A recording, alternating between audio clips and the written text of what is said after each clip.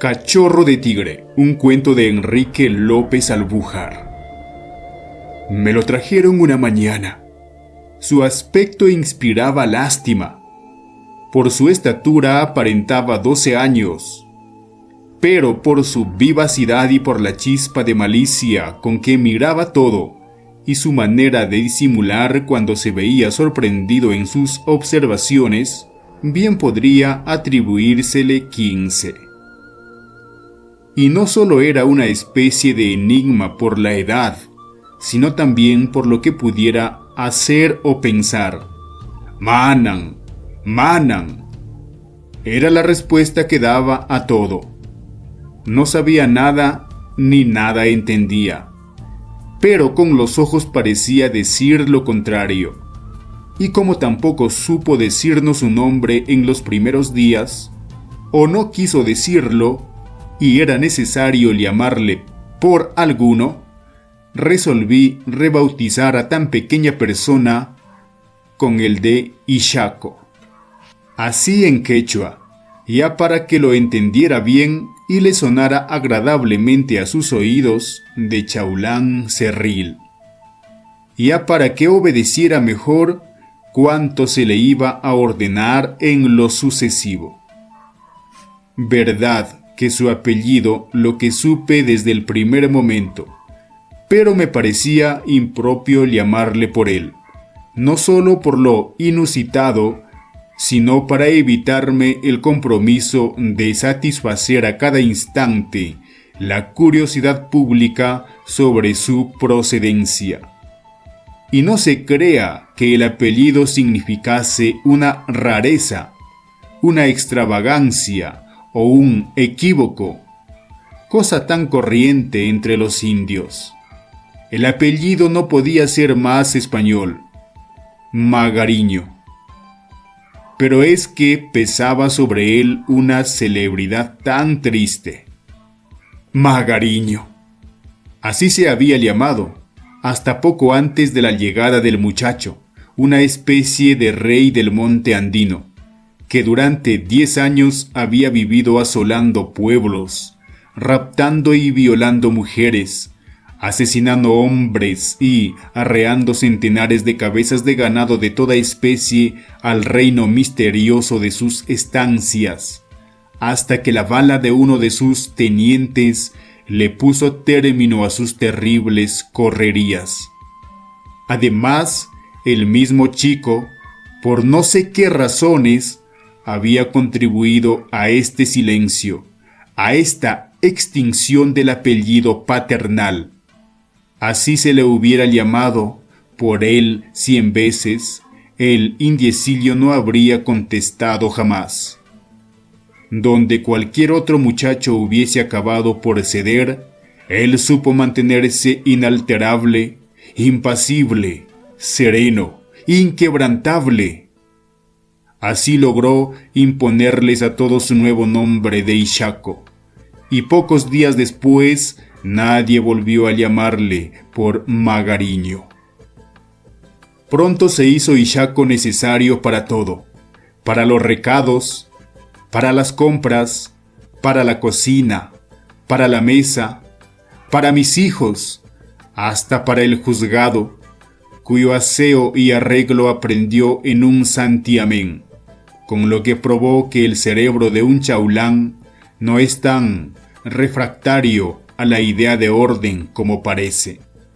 Y se hizo el necesario, no por ser el único, sino porque, viéndole todos su voluntad, su paciencia, su acomodamiento, su prontitud para hacer las cosas, todos acabaron por descargar en él gran parte de sus obligaciones, cosa, desde otro punto de vista, muy propia de la humana naturaleza. Ixaco quedó, pues, convertido en la piedra angular de mi servidumbre, y también en cabeza de turco cuando alguien necesitaba aliviarse de una disculpa. Todo lo bueno lo hacían los demás, todo lo mal, Ixaco. Y con qué facilidad se fue enterando de todo. Antes del mes llamaba todas las cosas por sus nombres. Cuando vio la máquina de coser quedóse largo tiempo mirándola y dando vueltas en torno de ella, y cuando la vio funcionar, empezó a reír nerviosamente y a zapatear como si estuviese bailando cachua, y rió tanto que todos acabaron por reír también. ¿Te ha gustado la máquina? Es para coser vestidos. Aquí se te va a coser camisas, sacos, pantalones. Verás qué buen mozo vas a quedar con el vestido que te van a coser. ¿Y máquina cose gente también?, preguntó con cierta curiosidad, no exenta de malicia. No, hombre, a la gente no la cose. Y Jaco volvió a reír más fuerte, pero ya no con risa ingenua, sino con risa que parecía responder a un extraño pensamiento, pues, al retirarse murmuró: «Qué bueno coser, Valerio». La persona que me trajo a Jaco, un sargento de gendarmes, me dijo: «Ya que no he podido traerle, señor, las pieles de zorro que le prometí, pues la batida no nos ha dejado tiempo para nada, le traigo, en cambio, uno vivo». Y mostrándome al indiecito, añadió: «Ahí donde usted lo ve, señor, tiene su geniecito, pues es nada menos que hijo del famoso Magariño». ¿De Adeodato? Del mismo, señor, según nos dijeron en Chaulán, cuando nos vieron entrar con él al pueblo. ¿Y por qué me lo traes a mí? Porque me lo ha mandado el mayor. No me parece bien. Han debido entregárselo a cualquiera de sus parientes. ¿Qué no tienes hermanos, tíos, abuelos? Si nadie nos ha querido decir, señor, en Chaulán, quiénes son sus parientes, ni recibirlo tampoco. El gobernador decía que podíamos dejárselo al alcalde, y el alcalde que al gobernador. Con decirle a usted que el señor cura, al saber quién era el muchacho, lo santigó y se negó también a recibirlo. Todos temían comprometerse. ¿Comprometerse por tan poca cosa? Es que usted no sabe las costumbres de esas gentes, señor. Cuando corre sangre entre dos familias, como ahora entre los Valerio y los Magariño, el que protege a uno de ellos se trae el enojo de los otros. Esas gentes odian como demonios, señor. ¿Y el juez de paz? ¿Qué hizo el juez de paz? El juez de paz también hizo el quite, señor. ¿Sabe usted lo que dijo? Hijo de bandolero, no sirve.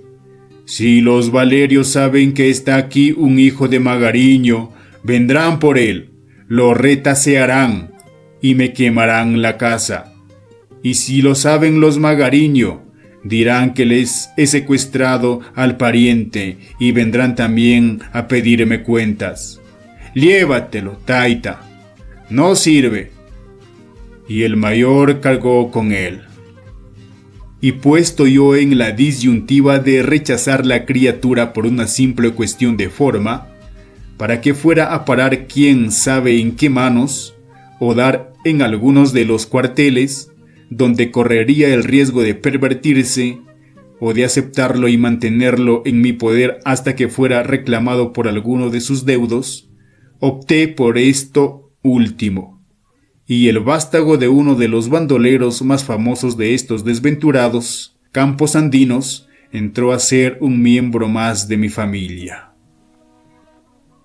El chico comenzó a medrar prodigiosamente. Parecía crecer por centímetros.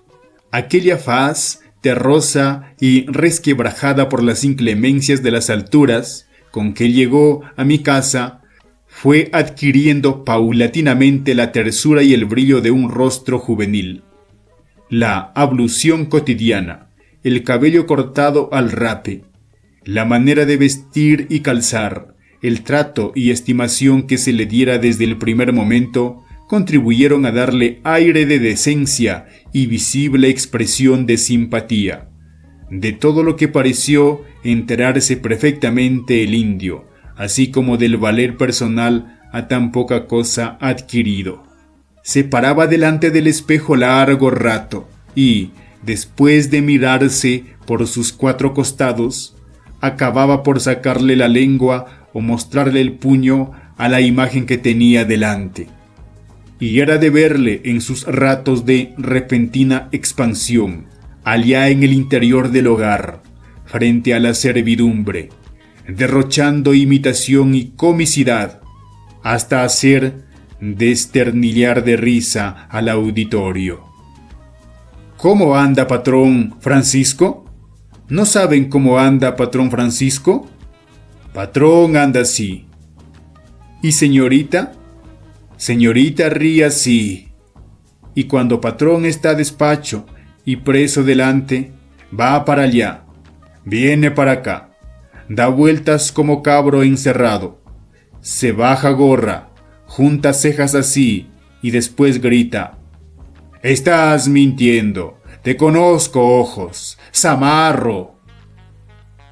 Y cambiando de tema, con volubilidad desconcertante, comenzaba a explotar el de los motes, acabando por enojar a todos.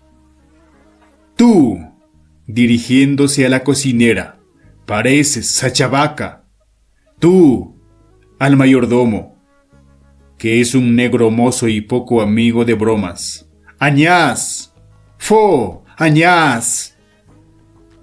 A lo que el negro, que desde la llegada del indio miraba a este con cierta ojeriza, echábasele encima con las más aviesas intenciones, que Ixaco sabía burlar con un simple salto de tigre y una rápida fuga. Y de estas cómicas expansiones Ixaco venía a parar al libro de lectura, que abría por cualquier página, y comenzaba a deletrear antojadizamente, con seriedad de colegial contraído, y no lo hacía mal a la hora de dar la lección. Su memoria era tanta que le bastaba 1 o 2 repasos para repetir de una tirada hasta media página. Su memoria visual, plástica especialmente, era prodigiosa. En un momento aprendió a ver la hora en el reloj, a distinguir los periódicos ilustrados de los que no le eran y a saber sus nombres, a conocer el valor de las estampillas y lo que era una factura y una carta. Al lado de estas manifestaciones de una inteligencia vivaz, había otras de una animalidad extraña que habrían confundido a un psicólogo y a las que, posiblemente, ningún poder hubiese podido corregir o atenuar. Se cazaba los piojos y se los comía deleitosamente, después de verlos andar sobre la uña. Se hurtaba los pedazos de carne cruda y sangrienta y los engullía con la rapidez y voracidad de un martín pescador.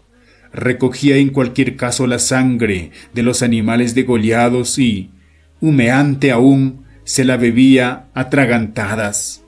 Después, con risotadas bestiales, el cloqueo que aquella hiciera al pasarle por la tráquea, hacía provisiones de cebo y de piltrafas, recogidas en la cocina, ocultándolas en cualquier escondrijo, para sacarlas más tarde en plena descomposición y devorarlas a solas y tranquilamente. Era a ratos perdidos un insectívoro y un antropófago. Por la carne era capaz de todo, y aun cuando a la hora de comer no tenía preferencias por ninguna, roja o blanca, cruda o cocida, podrida o fresca, tierna o dura, los trozos crudos y sanguinolentos, acabados de traer del mercado, causábale como una especie de sádico enternecimiento. Para él habría sido un placer revolcarse a la manera del gato cuando olfateaba algo que excita su sensibilidad sobre un colchón de carne roja y palpitante. Diríase que la vista y el olor de la carne cruda despertaban en él quién sabe qué resabiosos gustos ancestrales. pues su boca de batracio se distendía en una sonrisa bestial, hasta mostrar el clavijero purpúreo de las encías, y los ojos saltones le brillaban con el innoble brillo de la codicia.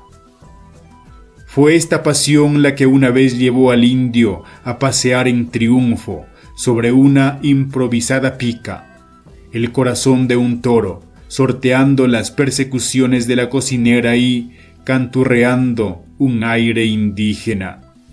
«Trae acá, bandido. Voy a decirle al señor para que te quite a latigazos la maña de jugar con las cosas de mi cocina».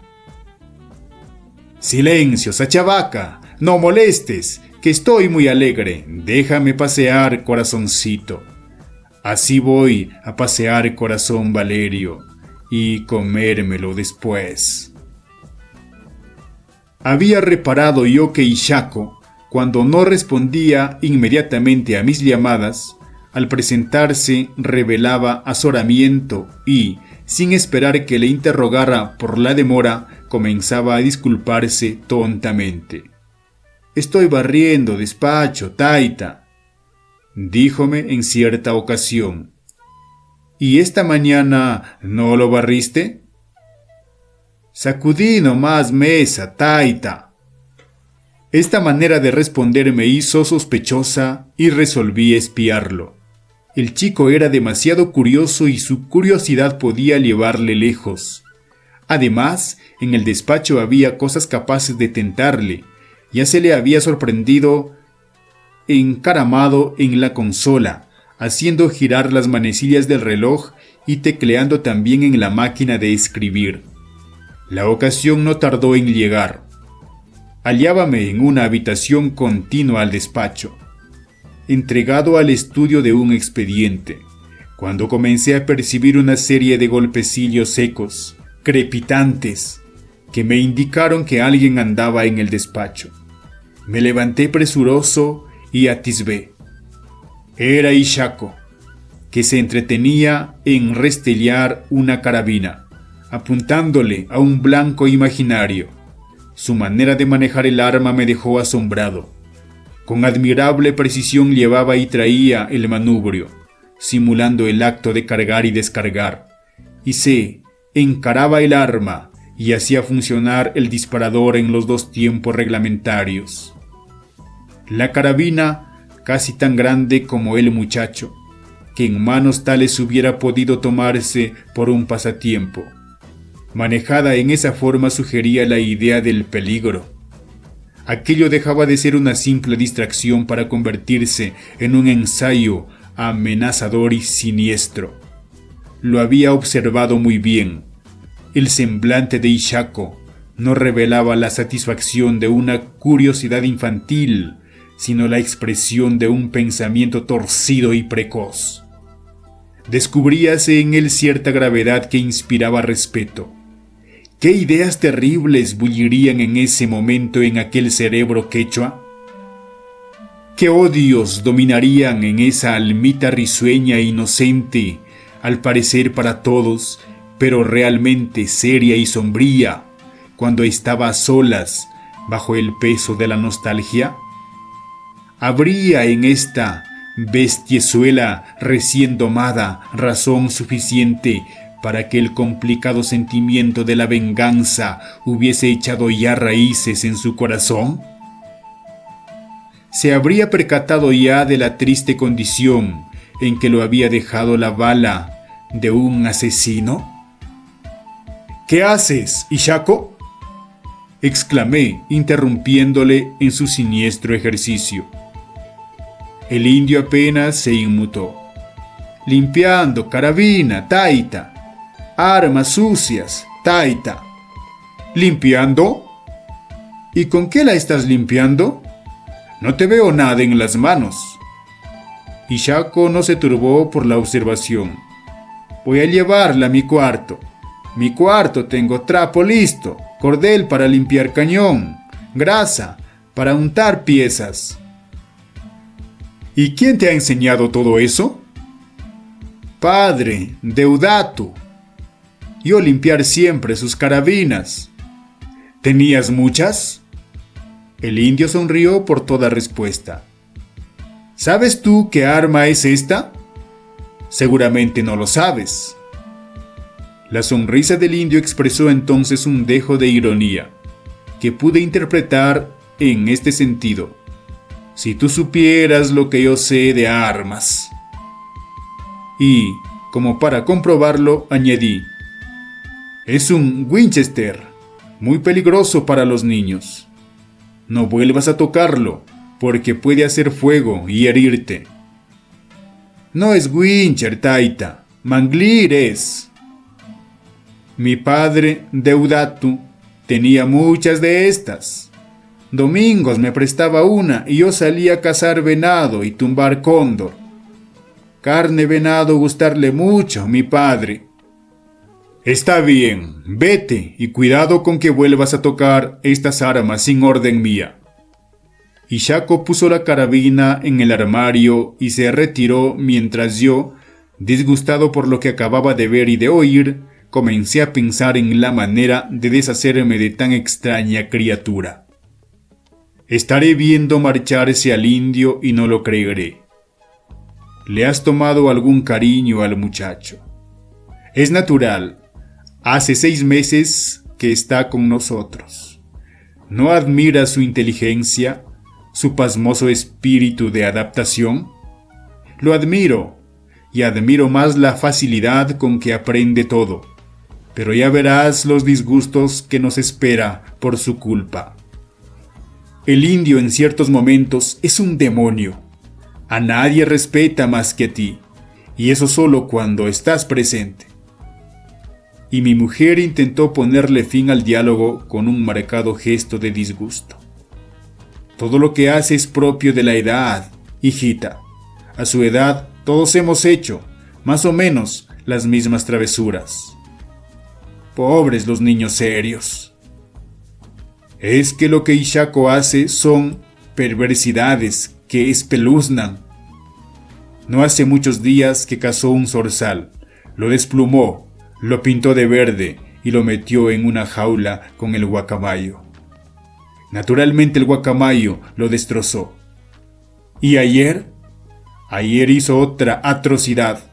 Colgó al pavo de las patas y lo dejó así hasta que el gallo le deshizo la cabeza a picotazos y patadas. Una salvajada sin nombre. Tienes razón. Una bestialidad que me pone en el caso de salir de él cualquier día. Y no es lo peor. Lo peor es que hace las cosas y las niega, aunque lo sorprendas ejecutándolas. ¿Quién ha hecho esto? ¿Quién será, pues, señorita? Nada sabe. Es un bendito. Es el gran defecto de la raza. La verdad que daña. Rara vez la confiesa el indio, aunque se trate de una pequeñez. Lo cierto era que el indio me tenía ya harto con sus travesuras diabólicas, a pesar de la excelencia de su servicio. Si a los 12 o 15 años Ishako hacía tales cosas, ¿de qué no sería capaz a los 20 o a los 30, cuando, ya dueño de su libertad y entregado a sus propios impulsos, se echara a correr por esas tierras de ambiente corruptor que le vieron nacer? Porque, ¿cómo pensar que Ishako habría de renunciar para siempre a la vida del campo? ¿A la vuelta al seno de los suyos? Fuera de que su permanencia en mi casa solo podía ser temporal, ni yo me sentía inclinado a tomarle definitivamente a mi servicio, ni él era, por su origen y su raza, de los indios que se resignan a vivir uncidos al yugo de la servidumbre. El indio margocino, el indio chaulán, como el de todas las tierras andinas, crece respirando un aire de bravía e independencia y, ya hombre, sabe por la voz de la sangre y de la tradición que no hay envilecimiento mayor para un indio que el de servirle domésticamente al misti. Son como las ranas, cantan y gozan bajo las ardientes caricias del sol, pero a lo mejor huyen de él y tornan al charco cenagoso y pestilente. Pobres, ignorantes, explotados, perseguidos, tristes, trashumantes, roñosos, pero libres, libres en sus montañas ásperas, en sus despeñaderos horripilantes, en sus quebradas atronadoras y sombrías, en sus punas desoladas e inclementes, como el jaguar, como el zorro, como el venado, como el cóndor, como la llama.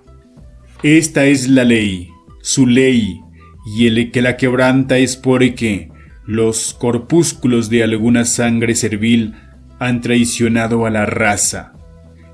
¿Qué vale para el indio la luz de todas las civilizaciones juntas, disfrutada al amparo de la ciudad, comparada con un rayo de sol, disfrutado al amor de sus majestuosas cumbres andinas?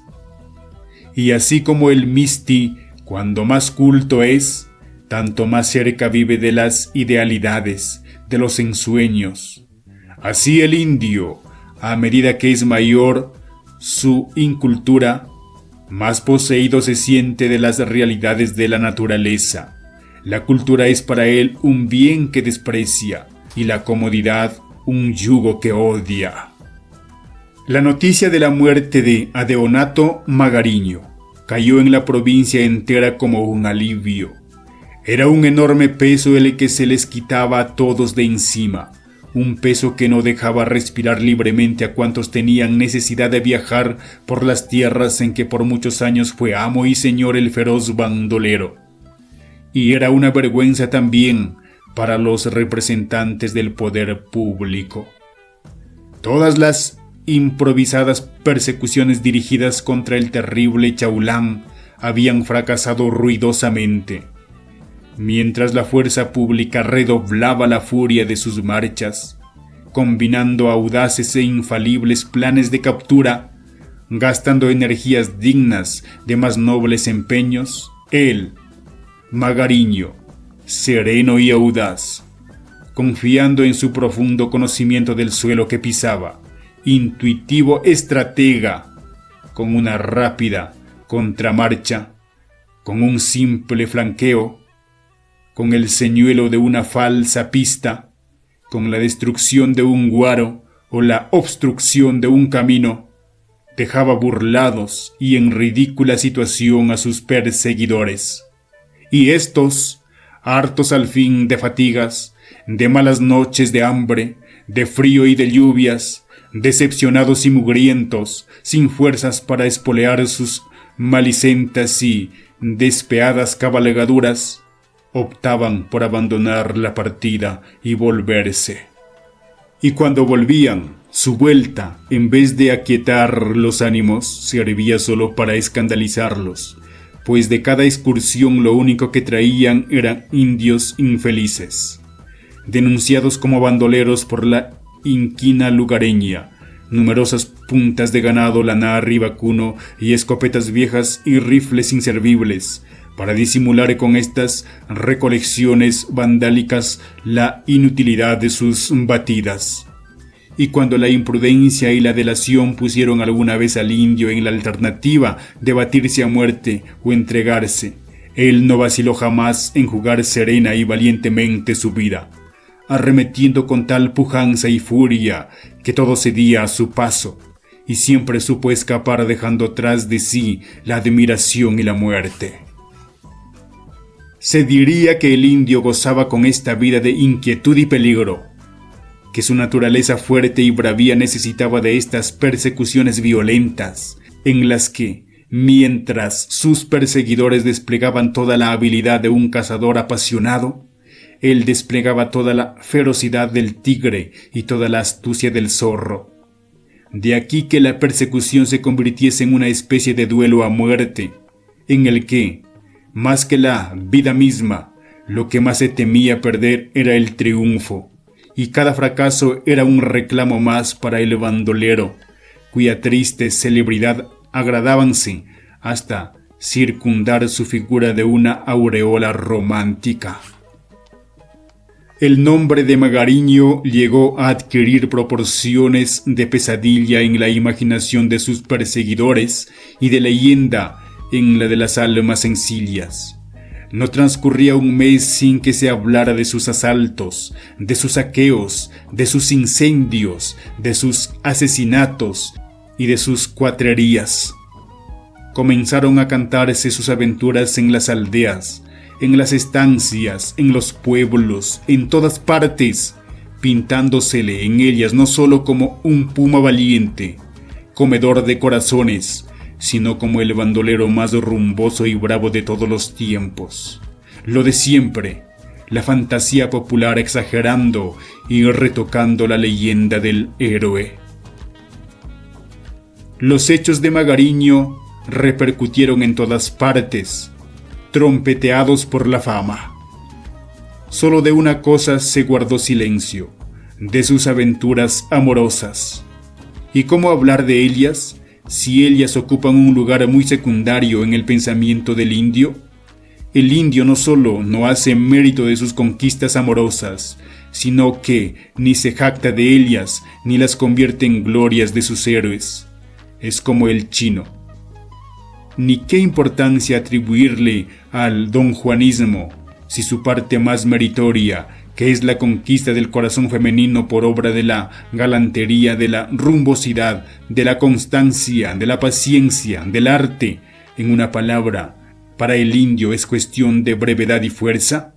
Quizás sí en esta facilidad misma está la causa de la mezquina importancia que le da el indio a la parte romancesca del amor. Y Magariño, hijo del medio ambiente y de la raza, tenía indudablemente que proceder a la hora de sus expansiones, no solo igual a todos, sino más brutalmente, más despóticamente, y aquella fuerza era su cualidad más preponderante. Por esta razón sus triunfos amorosos se reducían a golpes de fuerza, violaciones y estupros, prólogos o epílogos de sus invasiones y salteos. Y toda esta armazón de triste gloria había caído desechada al golpe de una bala certera, allá en las soledades de una estancia recóndita, perdida entre la quietud eriática de las cumbres inoleadas y el nibio sudario de la puna bravía, una hora de festejo y alcohol y de confianza también, rara en un hombre que siempre desconfió de todo. Lo puso a merced de un compañero traidor. Un pretexto cualquiera exaltó los ánimos y los vocablos injuriosos, y las miradas retadoras y los puños amenazadores sobrevinieron. Magariño, ciego por esta actitud de su contrario, que significaba para él una insolencia inaudita, se perdió al pretender coger su carabina para castigar a su teniente Valerio. Este, que tenía ya provisto el choque y que contaba además con la complicidad de sus compañeros, anticipándose, disparó contra su jefe, hiriéndole mortalmente. Sobre los yacentes despojos del formidable Chaulán, se irguió entonces la anónima figura de una nueva y sombría celebridad. El nombre de Felipe Valerio comenzó a sonar en todas partes y las miradas de las gentes volviéronse a él llenas de curiosidad. Se inició la audiencia y Felipe Valerio compareció entre dos gendarmes. Era Valerio un indio alto y desmirriado, de rostro lampiño y largo como el reflejo de una imagen en un espejo cóncavo, y en el cual caído y curvo de la nariz tenía reminiscencia de garra, y su mirar oblicuo y falso causaba la impresión de estar frente a una hiena. Su captura había sido obra de la casualidad, como la mayor parte de ellas.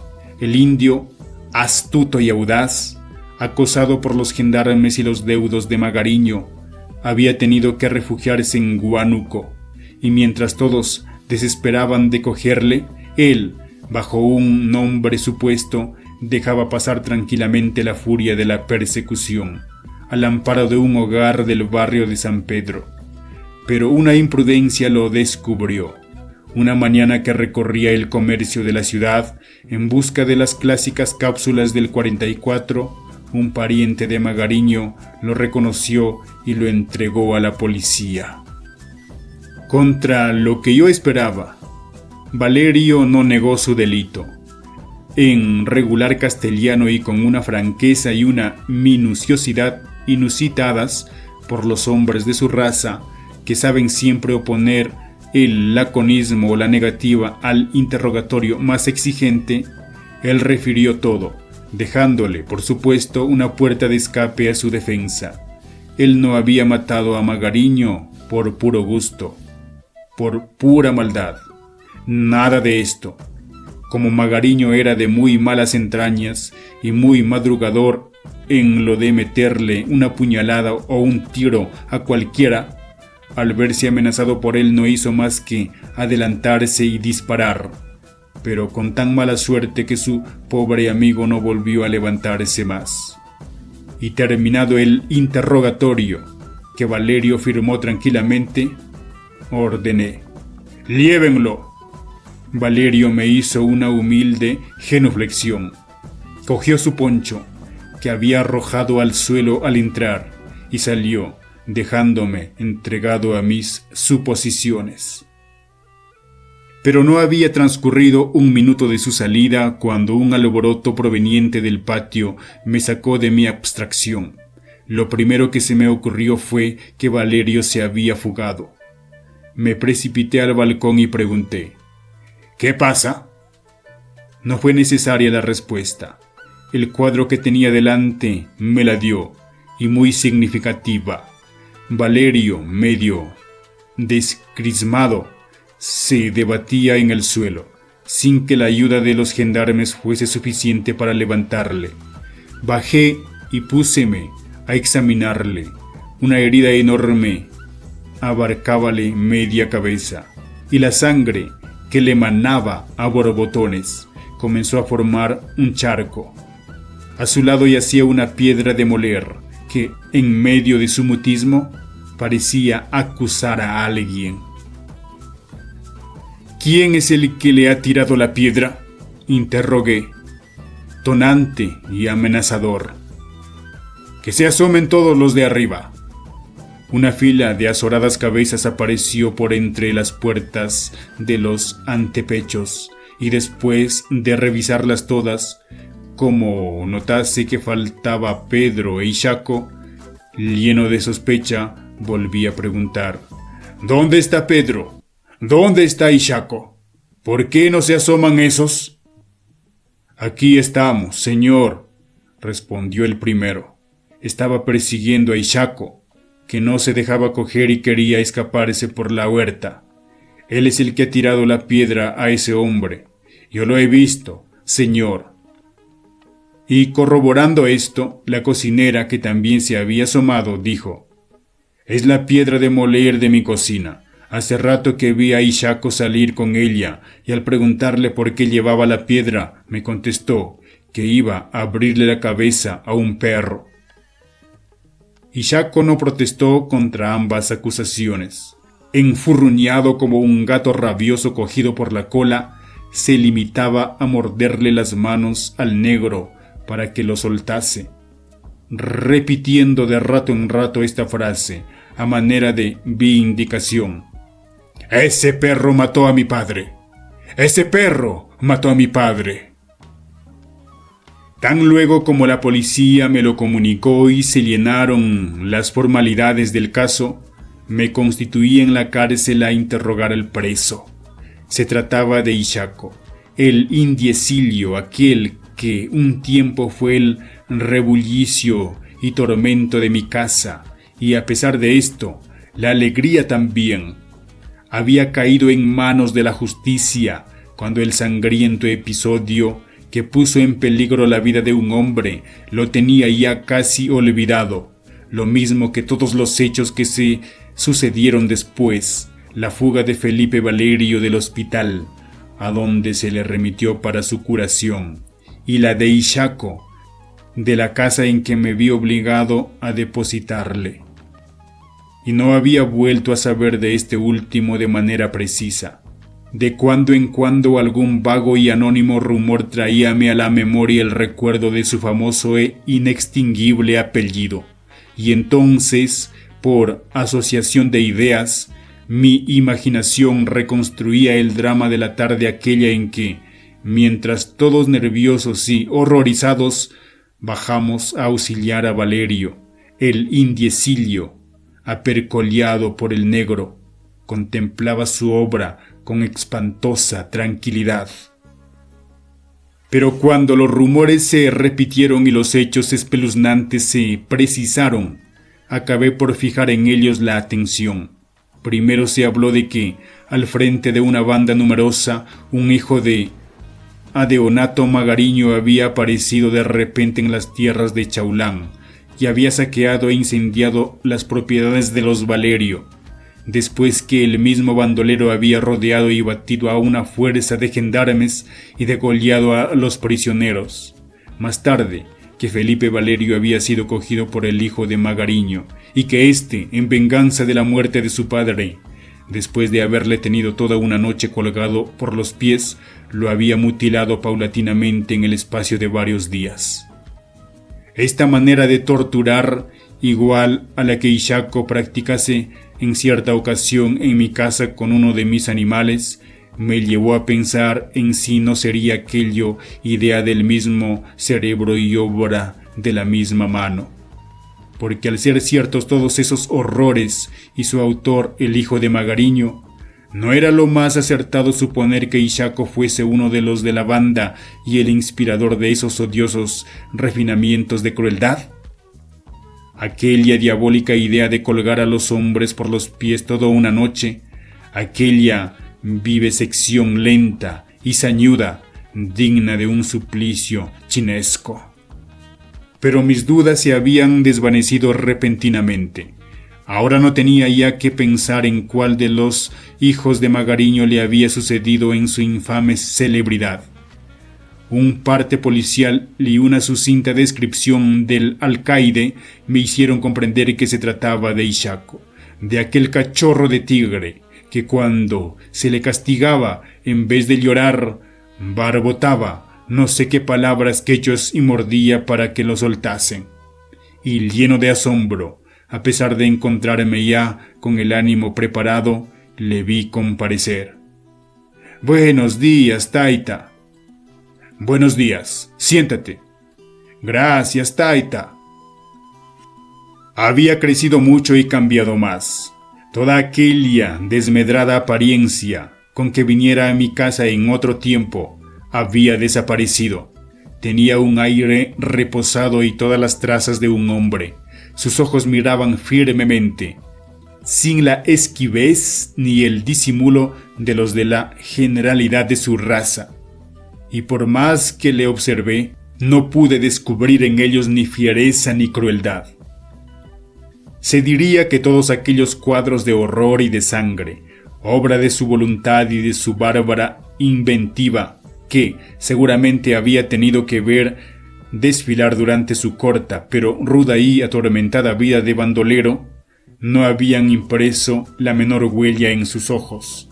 Por el contrario, tenían estos un aire tal de simplicidad, de limpidez, que desconcertaban, que hacían pensar en que, si los ojos son el espejo del alma, no siempre el alma se encuentra reflejada en ellos.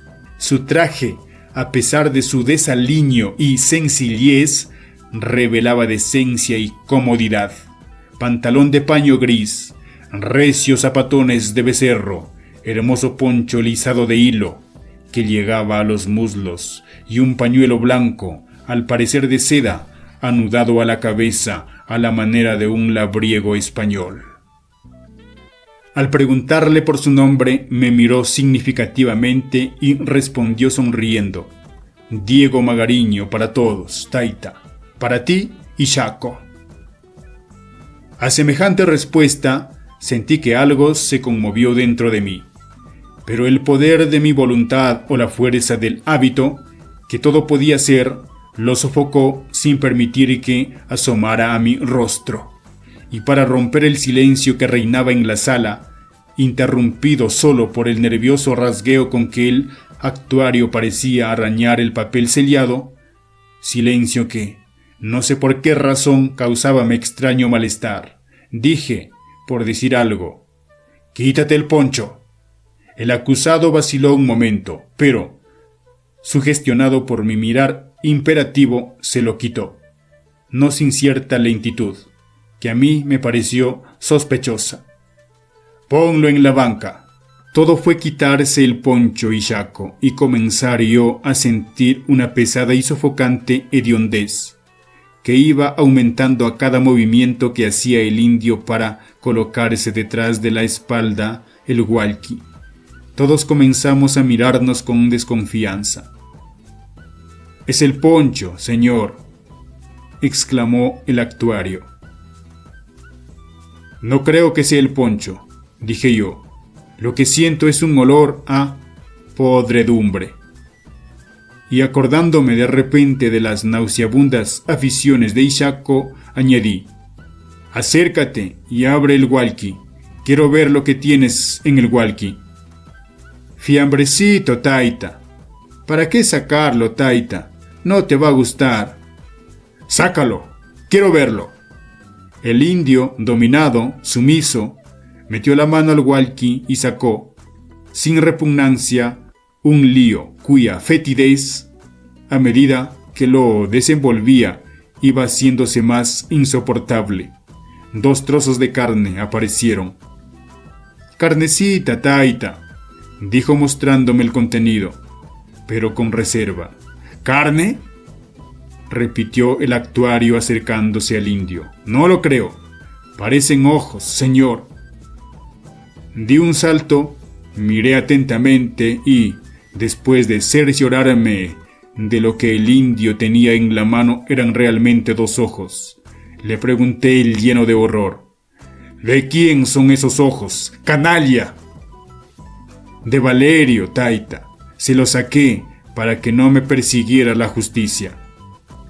Y aquellos 2 pedazos de carne globular, gelatinosos y lívidos, como bolsas de tarántula, eran efectivamente 2 ojos humanos que parecían mirar y sugerir el horror de 100 tragedias. Los 3 jircas.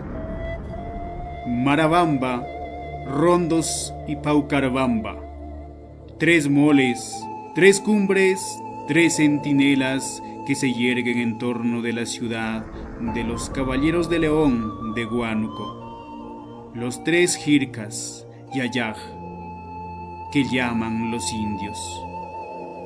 Marabamba es una aparente regularidad geométrica, coronada de 3 puntas, el cono clásico de las explosiones geológicas, la figura menos complicada, más simple que afectan estas moles que viven en perpetua ansiedad de altura. Algo así como la vela triangular de un barco perdido entre el oleaje de este mar pétreo llamado los Andes.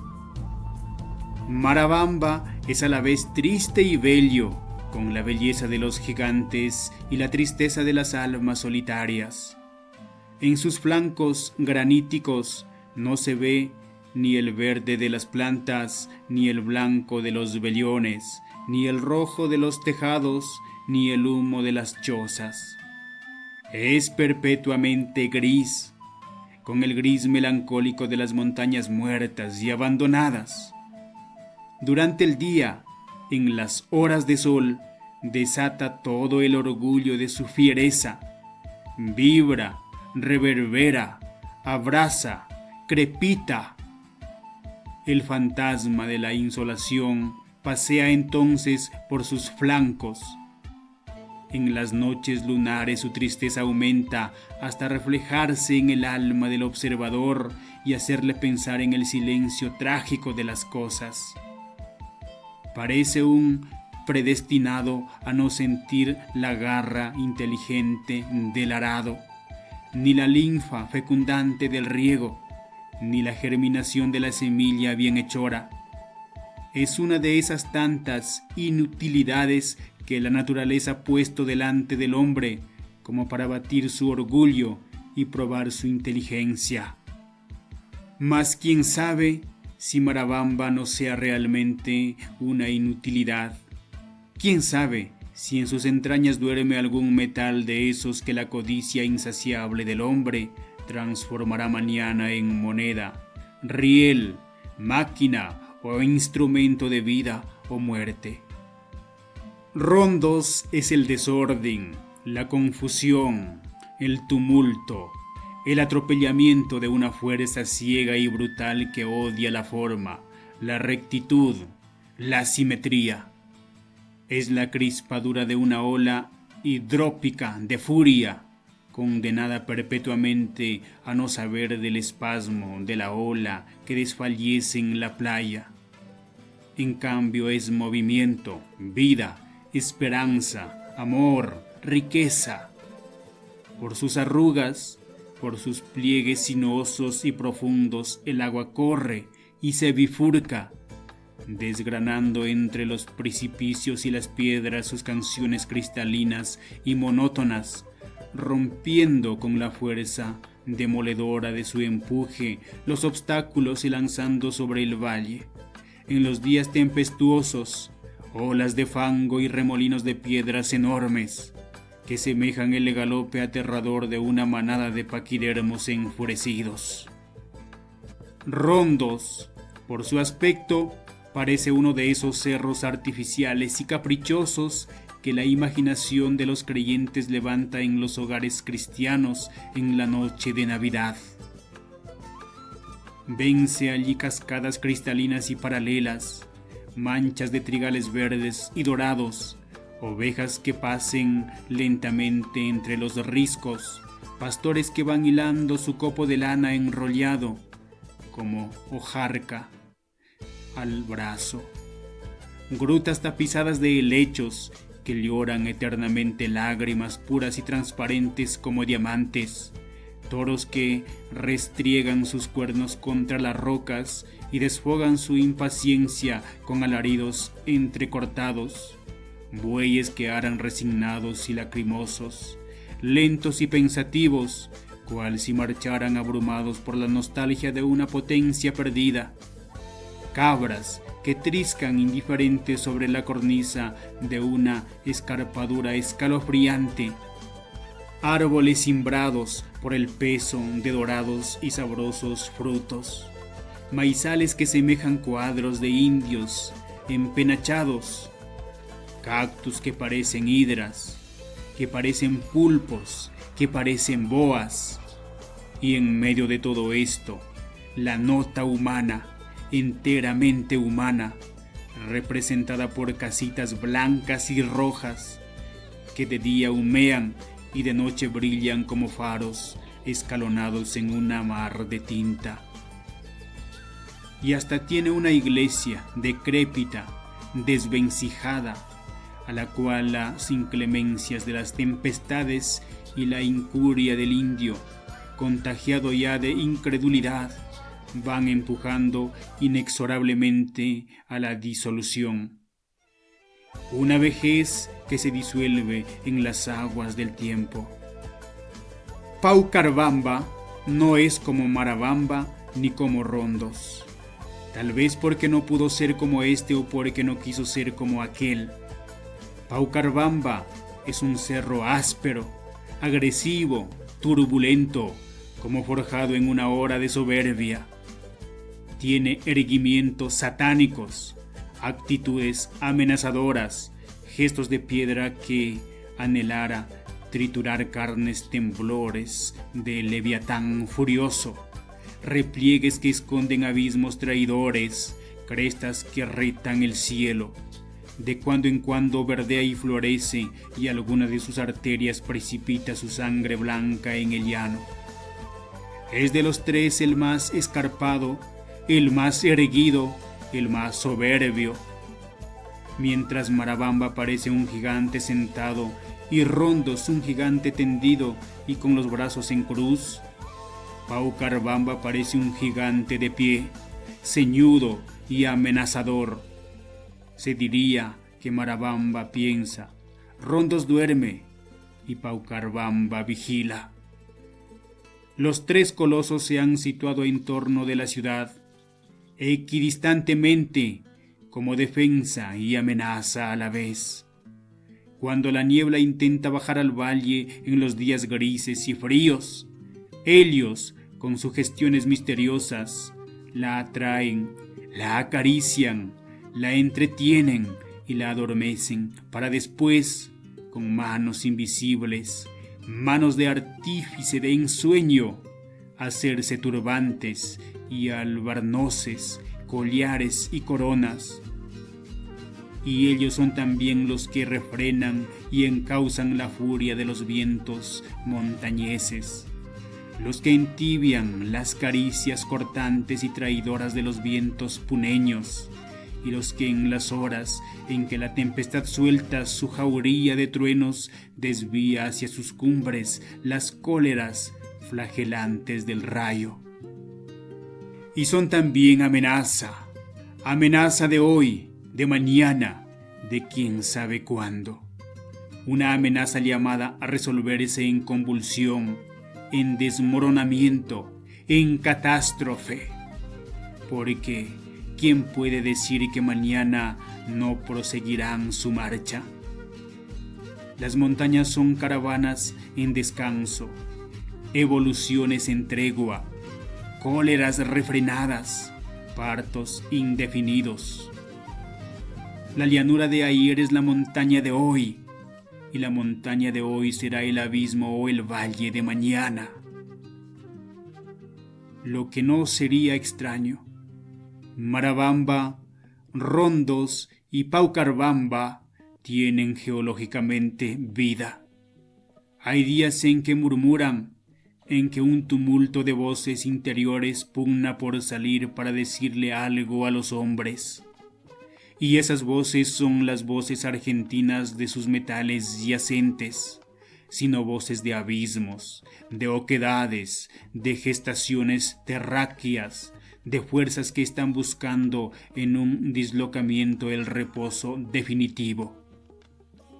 Por eso una tarde en que yo, sentado sobre un peñón del Paucarbamba, contemplaba con nostalgia de llanura cómo se hundía el sol tras la cumbre del Rondos, al levantarme, excitado por el sacudimiento de un temblor, Pilco, el indio más viejo, más taimado, más supersticioso, más rebelde, en una palabra, más incaico, de Llicua, me decía, poseído de cierto temor solemne: Jircayayaj, bravo, Jircayayaj, con hambre, taita. ¿Quién es Jircayayaj? Paucarbamba, taita. Padre Paucarbamba pide ovejas, cuca, bizcochos, con fuetes. Ah, Paucarbamba come como los hombres y es goloso como los niños. Quiere confites y bizcochos. Au, taita, cuando pasa mucho tiempo sin comer, Paucarbamba piñashkaikan. Cuando come, kushishkaikan. No voy entendiéndote, Pilco. Piñashkaikan, mal humor. Kushishkaikan, alegría, taita. Pero tú crees de buena fe, Pilco, que los cerros son como los hombres. Au, taita, jircas comen, jircas hablan, jircas son dioses. De día callan, piensan, murmuran o duermen. De noche andan. Pilco, no mirar, noche, jircas, hacen daño. Noches nubladas, jircas, andar más, comer más, hablar más. Se juntan y conversan. Si yo te contara, taita, porque jircas, Rondos, Paucarbamba y Marabamba están aquí.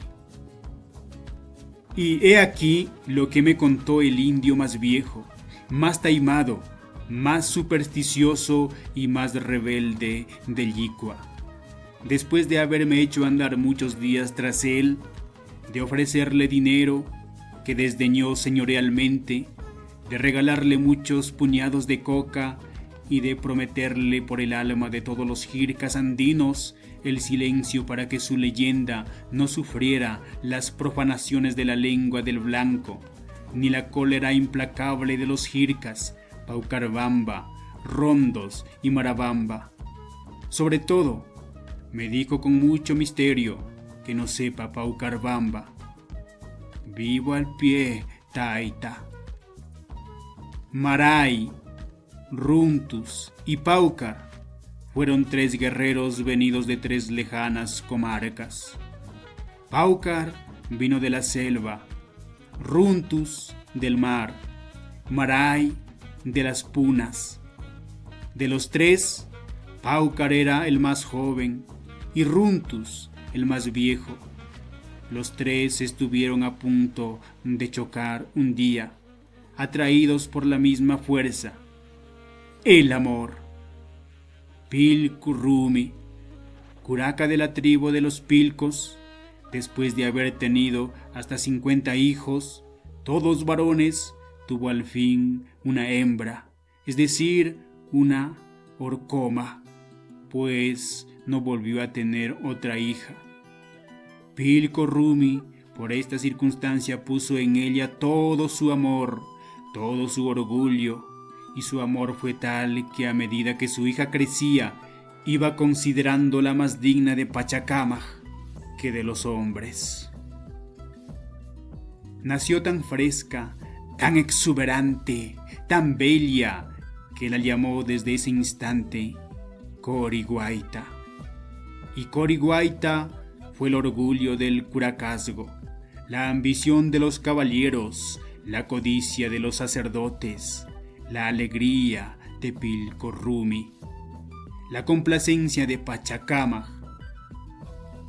Cuando salía en su litera a recoger flores y granos para la fiesta del Raimi, seguida de sus doncellas y de sus criados, las gentes se asomaban a las puertas para verla pasar y los caballeros detenían su marcha embelesados, mirándose después durante muchos días, recelosos y mudos. Pilcurrumi sabía de estas cosas y sabía también que, según la ley del curacazgo, su hija estaba destinada a ser esposa de algún hombre. Si la esterilidad era considerada como una maldición entre los pilcos, la castidad voluntaria, la castidad sin voto, era tenida como un signo de orgullo que debía ser abatido, so pena de ser sacrificada la doncella a la cólera de los dioses. Y la ley de los pilcos prescribía que los varones debían contraer matrimonio a los 20 años y las mujeres a los 18. Pilcurrumi no estaba conforme con la ley.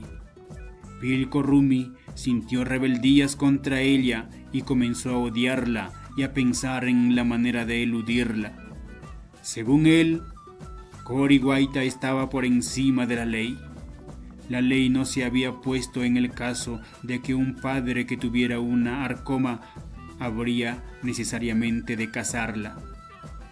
Cuando se tiene varias hijas, bien puede cederse todas, menos la elegida por el padre para el cuidado de su vejez.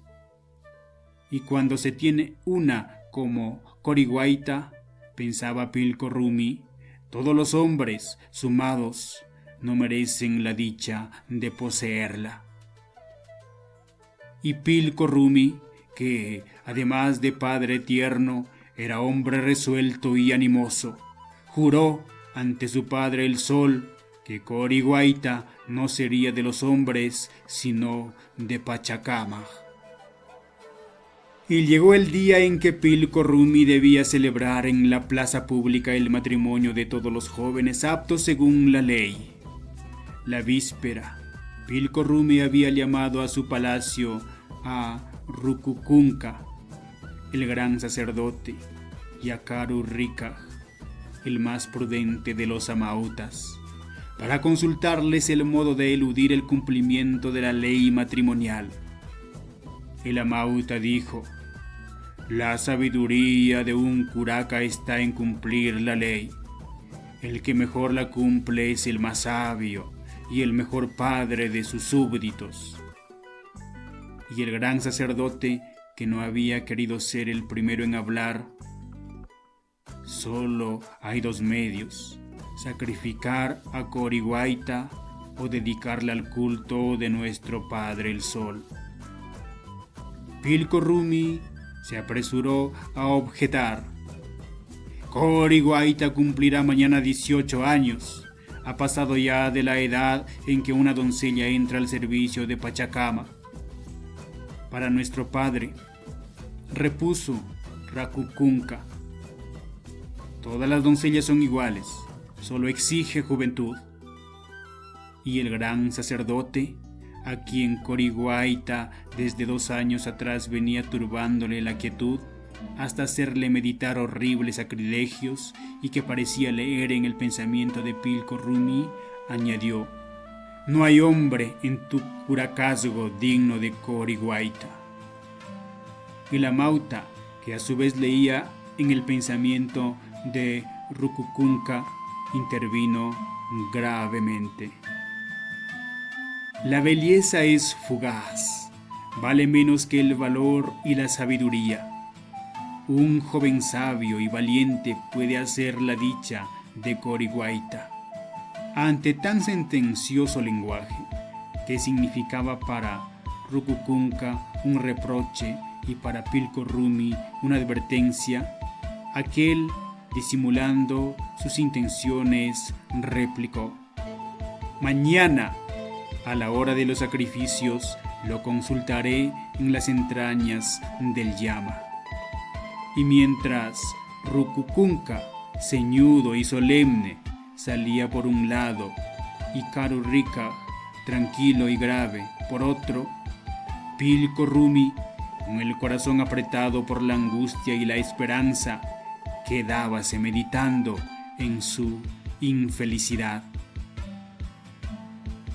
Por eso, en la tarde del día fatal, en tanto que el regocijo popular se difundía por la ciudad y en la plaza pública los corazones de los caballeros destilaban la miel más pura de sus alegrías, y los guerreros, coronados de plumas tropicales, en pelotones compactos esgrimían sus picas de puntas y ragatones relucientes, balanceaban los arcos, blandían las macanas cabezudas, restregaban las espadas y las flechas, rastrallaban las ondas y batían las banderas multicolores, y los arabicus, estacionados en los 3 ángulos de la plaza, cantaban sus más tiernas canciones eróticas al son de los cobres estridentes, y las futuras esposas, prendidas en rubor, coronadas de flores, enroscadas las gargantas por collares de guairurus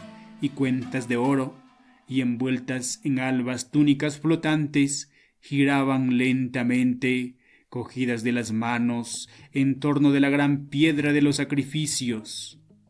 Y Corihuayta, ignorante de su destino, esperaba la hora de los desposorios. Pilco Rumi, de pie sobre el torreón del occidente, los brazos aspados sobre el pecho, la curva y enérgica nariz dilatada y palpitante, la boca contraída por una crispatura de soberbia y resolución, y la frente surcada por el arado invisible de un pensamiento sombrío, encarando al sol, el rojizo rostro, como una interrogación al destino, hacía esta invocación, mezcla de impiedad y apóstrofe: ¿podrán los hombres más que Pachacama? ¿No querrás tú, Padre Sol, cegar con tus ojos los ojos de aquel que pretenda posarlos en los encantos de Corihuayta? ¿No podrías tú hacerles olvidar la ley a los sabios, a los sacerdotes, a los caballeros? Quiero que Corihuayta sea la alegría de mi vejez. Quiero que en las mañanas, cuando tú sales y vienes a bañar con el oro de tus rayos bienhechores la humildad de mi templo, Corihuaita sea la primera que se bañe en Helios, pero sin que los hombres encargados de servirte la contemplen, porque se despertaría en Helios el irresistible deseo de poseerla. Corihuaita es, Señor, digna de ti, líbrala de los deseos de los hombres. Y Pilco Rumi, más tranquilo después de esta invocación, volviendo el rostro hacia la multitud que bullía y clamoreaba más que nunca, clavó en ella una indefinida mirada de desprecio. Y al reparar en Rucucunca, que en ese instante, con un gran espejo cóncavo de oro bruñido, recogía un haz de rayos solares para encender el nevado copo de algodón del que había de salir el fuego sagrado para los sacrificios, levantó el puño como una masa, escupió al aire, y del arco de su boca salió como flecha envenenada esta frase: Corihuaita no será tuya, traidor. Yo también, como Caro Ricaj, adiviné ayer tu pensamiento. Primero mataré a Corihuaita. Pero Supai, el espíritu malo, que anda siempre apedreando las aguas de toda tranquilidad y de toda dicha para gozarse en verlas revueltas y turbias, comenzó por turbar el regocijo público. Repentinamente enmudecieron las canciones y los cobres musicales. Pararon las danzas, se levantaron azorados los amautas, temblaron las doncellas, se le escapó de la diestra al gran sacerdote el espejo cóncavo, generador del fuego sagrado, y la multitud prorrumpió en un inmenso alarido que hizo estremecer el corazón de Corihuaita, al mismo tiempo que, señalando varios puntos del horizonte, gritaba: ¡Enemigos! ¡Enemigos! Vienen por nuestras doncellas. ¿Dónde está Pilco Rumi? Defiéndenos, Pilco Rumi. Pachacamac, defiéndenos. Eran 3 enormes columnas de polvo, aparecidas de repente en 3 puntos del horizonte que parecían tocar el cielo. Avanzaban, avanzaban. Pronto circuló la noticia. Eran Marai, de la tribu de los Pascos, Runtus, de la de los Guaylas, y Paucar, de la de los Panataguas, la más feroz y guerrera de las tribus. Cada uno había anunciado a Pilco Rumi su llegada el primer día del equinoccio de primavera, con el objeto de disputar la mano de Corihuaita. Anuncio que Pilco Rumi desdeñó, confiado en su poder y engañado por las predicciones de los augures. Los 3 llegaban seguidos de sus ejércitos. Los 3 habían caminado durante muchos días, salvando abismos, desafiando tempestades, talando bosques, devorando llanuras. Y los 3 llegaban a la misma hora, resueltos a no ceder ante nadie ni ante nada. Runtus, durante el viaje, había caminado pensando: mi vejez es sabiduría. La sabiduría hermosea el rostro y sabe triunfar de la juventud en el amor. Y Marai, la fuerza impone y seduce a los débiles, y la mujer es débil y ama al fuerte. Y Paucar, la juventud lo puede todo, puede lo que no alcanza la sabiduría y la fuerza. Entonces Pilco Rumi, que desde el torreón de su palacio había visto también aparecer en 3 puntos del horizonte las columnas de polvo que levantaban hasta el cielo los ejércitos de Runtus, Paucar y Marai, comprendiendo a qué venían, en un arranque de suprema desesperación, exclamó, invocando nuevamente a Pachacamac: Padre Sol, te habla por última vez Pilco Rumi. Abraza la ciudad, inunda el valle o mata a Corihuaita antes de que yo pase por el horror de matarla. Ante esta invocación, salida de lo más hondo del corazón de Pilco Rumi, Pachacámac, que desde la cima de un arco iris había estado viendo desdeñosamente las intrigas de su pai, empeñado en producir un conflicto y ensangrentar la tierra, cogió una montaña de nieve y la arrojó a los pies de Paukar, que ya penetraba a la ciudad, convirtiéndose al caer en bullicioso río. Paukar se detuvo. Después lanzó otra montaña delante de Marai, con el mismo resultado, y Marai se detuvo también, y Arruntus, que, como el menos impetuoso y el más retrasado, todavía demoraba en llegar, se limitó a tirarle de espaldas de un soplo. Luego clavó en cada uno de los 3 guerreros la mirada y convirtióles, junto con sus ejércitos, en 3 montañas gigantescas. No satisfecho aún de su obra, volvió los ojos a Corihuaita, que asustada había corrido a refugiarse al lado de su padre, y mirándola amorosamente exclamó: «Guanyucuy». Y Corihuaita, más hermosa, más exuberante, más seductora que nunca, cayó fulminada en los brazos de Pilco Rumi.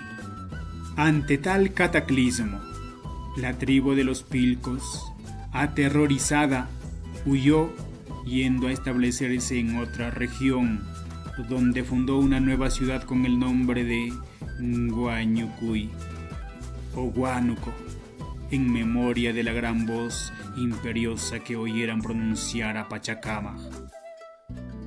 Desde entonces, Runtus, Paukar y Marai están donde lo sorprendió la cólera de Pachacámac, esperando que ésta se aplaque para que el Huallaga y el Higueras tornen a sus montañas de nieve y la hija de Pilco Rumi vuelva a ser la flor de oro del gran valle primaveral de los Pilcos. El campeón de la muerte. Un cuento de Enrique López Albújar. Se había puesto el sol y sobre la impresionante tristeza del pueblo comenzaba a asperjar la noche sus gotas de sombra. Liberato Tucto, en cuclillas, a la puerta de su choza, chacchaba, obstinado en que su coca le dijera qué suerte había corrido su hija, raptada desde hacía un mes por un mozo del pueblo, a pesar de su vigilancia. Durante esos 30 días su consumo de coca había sobrepasado al de costumbre.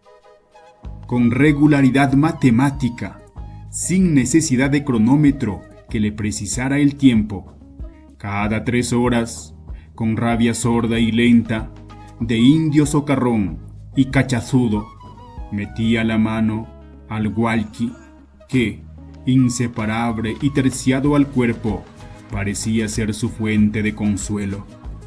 Sacaba la hoja sagrada a puñaditos, con delicadeza de joyero que recogiera polvo de diamantes, y se la iba embutiendo y aderezando con la cal de la chipina, la que entraba y salía rápidamente de la boca como la pala del horno. Con la cabeza cubierta por un cómico gorro de lana, los ojos semioblicuos y fríos, de frialdad ofídica, los pómulos de prominencia mongólica, la nariz curva, agresiva y husmeadora, la boca tumefacta y repulsiva por el uso inmoderado de la coca, que dejaba en los labios un ribete verduzco y espumoso, y el poncho listado de colores sombríos en el que estaba semi-envuelto. El viejo Tucto parecía, más que un hombre de estos tiempos, un ídolo incaico hecho carne. Y de cada chacchada no había obtenido la misma respuesta. Unas veces la coca le había parecido dulce y otras amarga, lo que le tenía desconcertado, indeciso, sin saber qué partido tomar. Por antecedentes de notoriedad pública, sabía que Hilario Crispín, el raptor de su hija, era un indio de malas entrañas, gran bebedor de chacta, ocioso, amigo de las malas juntas y seductor de doncellas. Un mostrenco, como castizamente llaman por estas tierras al hombre desocupado y vagabundo. Y para un indio honrado, esta es la peor de las tachas que puede tener un pretendiente. ¿A dónde habría llevado el muy pícaro a su Faustina? ¿Qué vida estaría haciéndola pasar? ¿O la habría abandonado ya en represalia de la negativa que él, como hombre juicioso, le hiciera al padre de Crispín cuando fue a pedírsela para su hijo? En estas hondas meditaciones estaba el viejo Tucto el 30º día del rapto de la añorada doncella, cuando de entre las sombras de la noche naciente surgió la torva figura de un hombre que, al descargar en su presencia el saco que traía a las espaldas, dijo: «Viejo, aquí te traigo a tu hija, para que no la hagas buscar tanto, ni andes por el pueblo diciendo que un mostrenco se la ha llevado». Y, sin esperar respuesta, el hombre, que no era otro que Hilario Crispín, desató el saco y vació de golpe el contenido. Un contenido nauseabundo, viscoso, horripilante, sanguinolento, macabro, que, al caer, se esparció por el suelo, despidiendo un olor acre y repulsivo. Aquello era la hija de Tucto, descuartizada con prolijidad y paciencia diabólicas, escalofriantes, con un ensañamiento de loco trágico. Y con sarcasmo diabólico, el indio Crispín, después de sacudir el saco, añadió burlonamente: «No te dejo el saco, porque puede servirme para ti si te atreves a cruzarte en mi camino». Y le volvió la espalda. Pero el viejo que, pasada la primera impresión, había logrado impasibilizarse, levantóse y con tranquilidad, inexplicable en hombres de otra raza, exclamó: «Harás bien en llevarte tu saco. Será robado y me traería mala suerte. Pero ya que me has traído a mi hija, debes dejar algo para las velas del velorio y para atender a los que vengan a acompañarme. ¿No tendrá siquiera un sol?». Crispín, que comprendió también la feroz ironía del viejo, sin volver la cara, respondió: «¿Qué te podrá dar un mostrenco? ¿No quisieras una cuchillada, viejo ladrón?». Y el indio desapareció, rasgando con una interjección flagelante el silencio de la noche. Entre la falda de una montaña y el serpenteo atronador y tormentoso del Marañón, yacen sobre el regazo fértil de un valle 100 chozas desmedradas, rastreras y revueltas, como 100 fichas de dominó sobre un tapete verde. Es Pampamarca.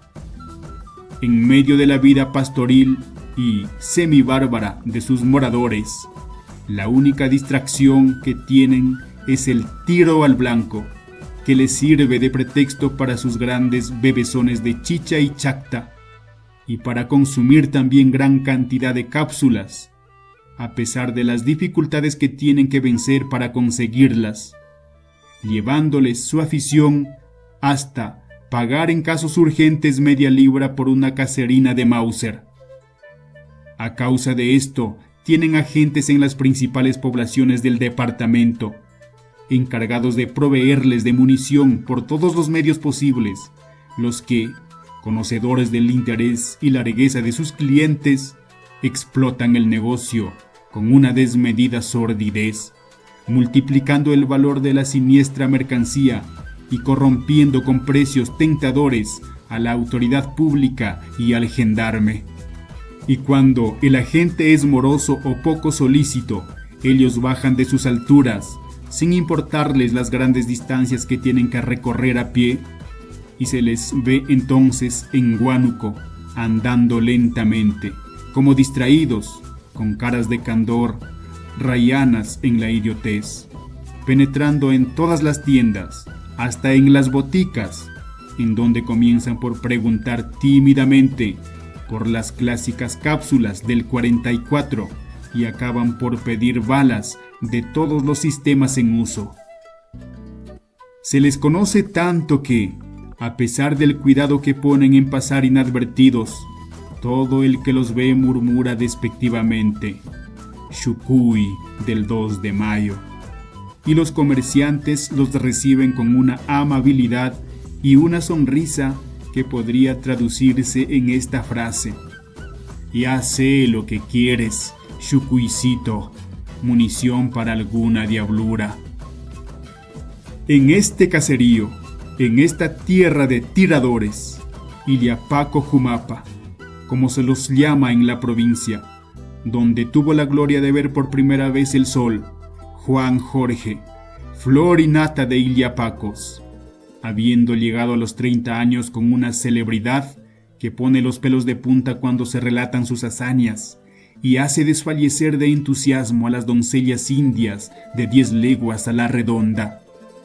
Y viene a aumentar esta celebridad, si cabe, la fama de ser, además, el mozo un eximio guitarrista y un cantor de yarabíes capaz de doblegar el corazón femenino más rebelde. Y también porque no es Xucuy, ni un cicatero. Y en cuanto a vestir y calzar, calza y viste como los mistis, y luce cadena y reloj cuando baja a los pueblos grandes a rematar su negocio, como dice él mismo, que consiste en eliminar de este mezquino mundo a algún predestinado al honor de recibir entre los 2 ojos una bala suya. Y no vaya a creerse tampoco que Juan Jorge es un analfabeto, ni un vago, ni un desheredado de la fortuna, ni un torpe a la hora de tratar con las gentes o con las mozas de trapío. Nada de esto. Juan Jorge lee y escribe correctamente, pues fue nada menos que discípulo del maestro Ruiz, maestro de mucha fama, que en cierta ocasión, haciendo uso de sus imprescriptibles derechos de tal, al encontrarse con el antiguo discípulo, díjole: «Hombre, me han dicho que estás muy dañado, que te has dedicado al triste oficio de matar gente. Cualquier día te van a meter un tiro. Es preciso que te hagas un hombre de bien». A lo que Jorge contestó: «Ya lo sé, taita, pero no crea usted que voy a morir a bala, voy a morir retaseado. Mi oficio es matar, como podría ser el de hacer zapatos, y yo tengo que seguir matando hasta el fin porque ese es mi destino».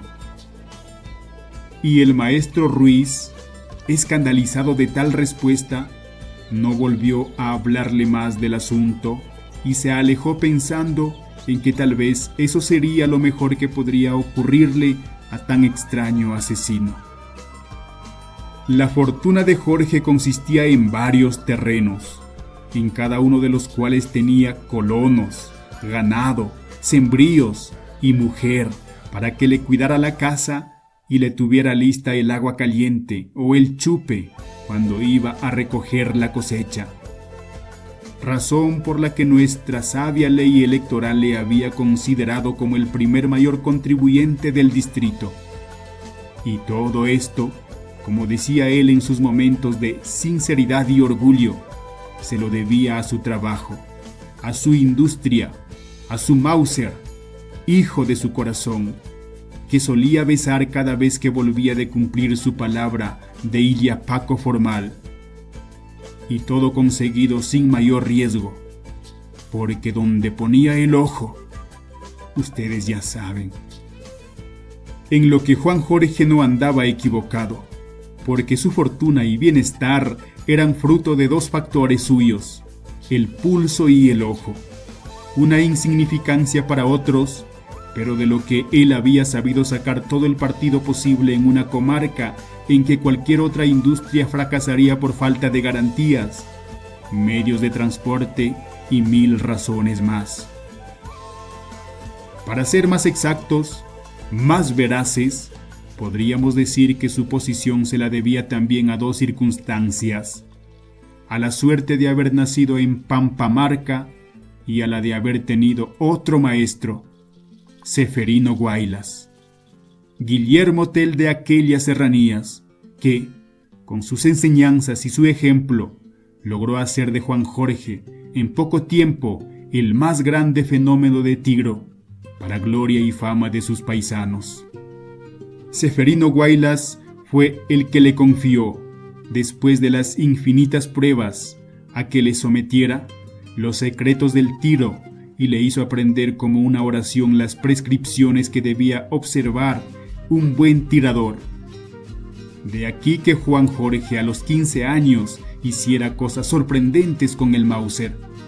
Tumbaba a 300 metros un venado corriendo, agujereaba una peseta a 50 pasos, le volaba a una india una flor de la cabeza, asustaba a los de Chupán en las noches de fiesta, apagándoles a tiros los faroles de las fachadas de la iglesia, y hasta a sus paisanos, haciéndoles volar el Ishkupuro de la diestra cuando estaban chacchando. Y por el estilo, una variedad infinita de pruebas. El maestro veía con complacencia y orgullo, pues ya estaba viejo, todas estas habilidades de su discípulo, pero sin demostrárselo, por temor de echarle a perder. Por eso cuando Juan Jorge, deseoso de saber cuál era su grado de perfección de Illapako, le preguntara una vez: ¿qué te parece, Taita Ceferino? Anoche apagué todas las linternas de la iglesia de Chupán. El maestro le contestó displicente: eso no vale nada, hasta que no le pongas a un hombre una bala en un ojo. Cantándolo, primero y a 2 cuadras, no serás buen Illapako. A lo que Jorge le replicó: pero eso es cosa fácil, Taita. Más difícil es lo que hice ahora, días. A esa distancia le hice soltar una culebra a un buitre, destrozándole el pico, por apuesta.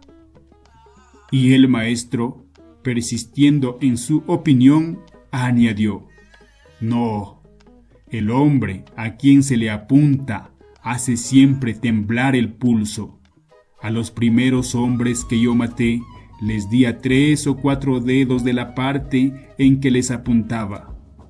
Les ponía, por ejemplo, la puntería en la boca, porque así me lo habían pedido, y resultaba dándoles en el ojo o en la nariz. Una vergüenza. Y si aquello hubiera seguido así, habría acabado por desacreditarme.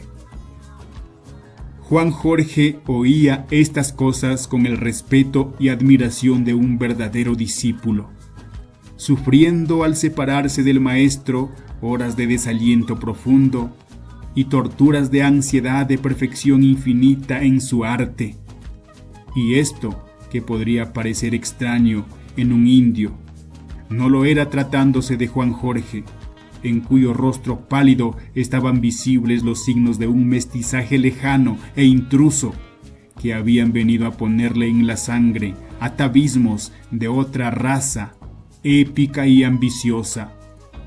Y aunque el cruce resultaba un enigma para los indios más viejos del pueblo, así como su nombre, que todo podía ser menos incásico.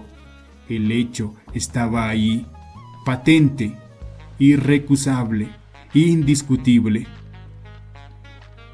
Pasadas estas horas de crisis, Juan Jorge volvía a empuñar el Mauser y a ejercitarse en las más difíciles pruebas que le sugería su imaginación.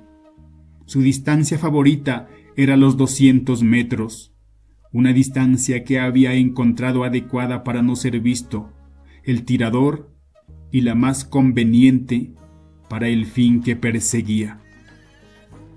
Pasaron así 2 años, hasta que un día, cumplidos ya los 20, tuvo la satisfacción de oírle al viejo Ceferino, después de haberle referido minuciosamente la primera alquilada que tuvo y cómo la realizó. Buen tiro, muchacho. Yo no comencé así. ¿Y a qué distancia le pusiste la bala?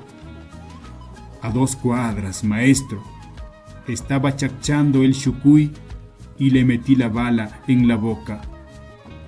¿Y no te tembló el pulso? Ni el canto de una uña, taita. Bien ganados los 2 carneros. ¿Y no te trajiste los ojos del chucuy? No, maestro. Malo. Pueden perseguirte. Al muerto hay que sacarle los ojos y guardárselos para que no indique a la familia dónde se encuentra el iliapaco. Y la lengua también, para que no avise. Y el corazón, para comerlo cuando es de un valiente, porque esto da más valor. No lo olvides, muchacho. Y en poco tiempo comenzó a crecer la celebridad de Juan Jorge, celebridad que hacía temblar a todos los indios de la provincia y aumentar, al mismo tiempo, su fortuna, haciendo de él a los 30 años un factor imprescindible en toda lucha electoral. Y fue a este personaje, a esta florinata de Iliapacos, a quien el viejo Tucto le mandó su mujer para que contratara la desaparición del indio Hilario Crispín, cuya muerte era imprescindible para tranquilidad de su conciencia, satisfacción de los yayas y regocijo de su Faustina en la otra vida. La mujer de Tucto, lo primero que hizo, después de saludar humildemente al terrible Iliapaco, fue sacar un puñado de coca y ofrecérselo con estas palabras: para que endulces tu boca, taita. Gracias, abuela, siéntate. Juan Jorge aceptó la coca y se puso a chachar lentamente, con la mirada divagante, como embargado por un pensamiento misterioso y solemne. Pasado un largo rato, preguntó: ¿qué te trae por aquí, Martina? Vengo para que me desaparezcas a un hombre malo. Tu coca no está muy dulce. Tomarás más, taita. Yo la encuentro muy dulce. Y también te traigo Ixcay, Real Gota. Y sacando la botella del agua de Florida llena de chacta, se la pasó al Iliapaco. Bueno, beberemos. Y ambos bebieron un buen trago, paladeándolo con una fruición más fingida que real. ¿Quién es el hombre malo y qué ha hecho? Porque tú sabrás que yo no me alquilo sino para matar criminales. Mi Mauser es como la vara de la justicia. Hilario Crispín de Patay Rondos, taita, que ha matado a mi Fausta. Lo conozco, buen cholo. Lástima que haya matado a tu hija, porque es un indio valiente y no lo hace mal con la carabina. Su padre tiene terrenos y ganados. ¿Y estás segura de que Crispín es el asesino de tu hija? Como de que ayer la enterramos. Es un perro rabioso, un mostrenco. ¿Y cuánto vas a pagar porque lo mate? Hasta 2 toros me manda a ofrecerle, Liberato. No me conviene. Ese cholo vale 4 toros. ni uno menos. Se te darán, taita. También me encarga Liberato que han de ser 10 tiros los que le pongas al mostrenco, y que el último sea el que le dé fin. Juan Jorge se levantó bruscamente y exclamó: «Tatao, pides mucho. Pides una cosa que nunca he hecho, ni se ha acostumbrado jamás por aquí. Se te pagará, taita. Tiras bien y te será fácil». Juan Jorge volvió a sentarse, se echó un poco de coca a la boca y después de meditar un gran rato en quién sabe qué cosas que le hicieron sonreír, dijo: «Bueno, 10, 15 y 20 si quieres. Pero te advierto que cada tiro va a costarle a Liberato un carnero de yapa. Los tiros de Mauser están hoy muy escasos y no hay que desperdiciarlos en caprichos. Que pague su capricho, Tucto. Además, haciéndole tantos tiros a un hombre, corro el peligro de desacreditarme, de que se rían de mí hasta los escopeteros». Se te darán las yapas, taita. De lo demás no tengas cuidado. Yo haré saber que lo has hecho así por encargo. Juan Jorge se frotó las manos, sonrió, diole una palmadita a la Martina y resolvióse a sellar el pacto con estas palabras: «De aquí a mañana haré averiguar con mis agentes si es verdad que Hilario Crispín es el asesino de tu hija, y si así fuera, mandaré por el ganado como señal de que acepto el compromiso». 4 días después comenzó la persecución de Hilario Crispín.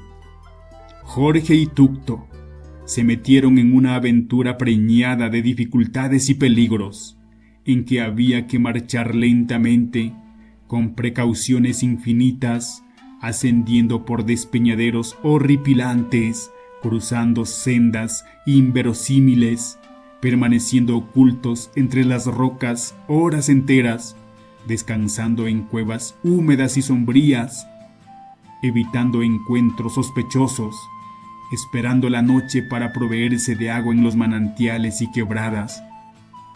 Una verdadera cacería épica, en la que el uno dormía mientras el otro avisoraba, lista la carabina para disparar, peor que si se tratara de cazar a un tigre.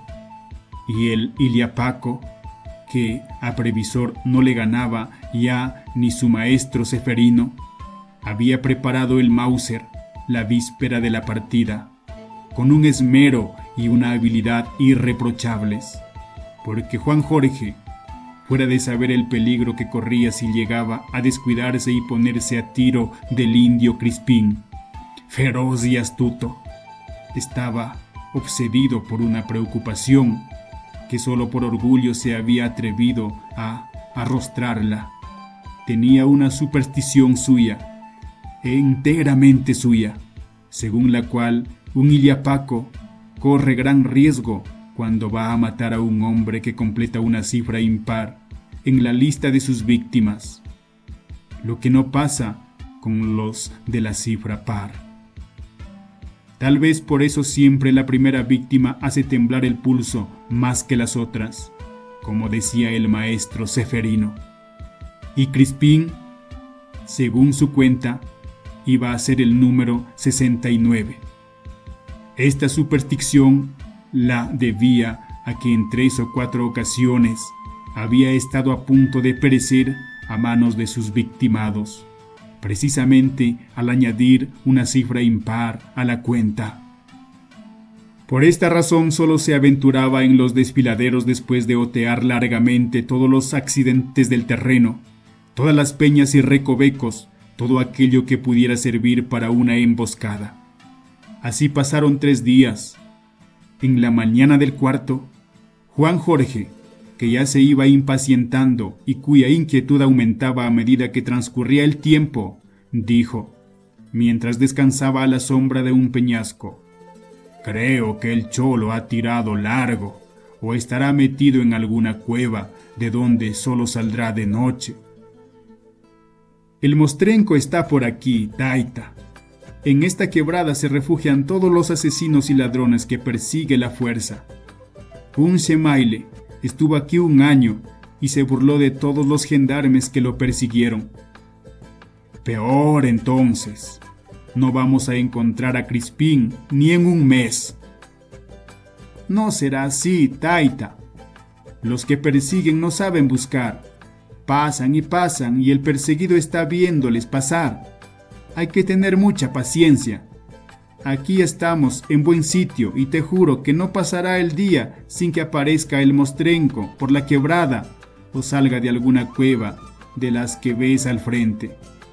El hambre o la sed le harán salir. Esperemos quietos. Y tuvo razón Tucto al decir que Crispín no andaba lejos, pues a poco de caliarse, del fondo de la quebrada surgió un hombre con la carabina en la diestra, mirando a todas partes recelosamente y tirando de un carnero que se obstinaba en no querer andar. ¿Lo ves, Taita?, dijo levemente el viejo Tucto, que durante toda la mañana no había apartado los ojos de la quebrada. Es Crispín. Cuando yo te decía, apúntale, apúntale, asegúralo bien.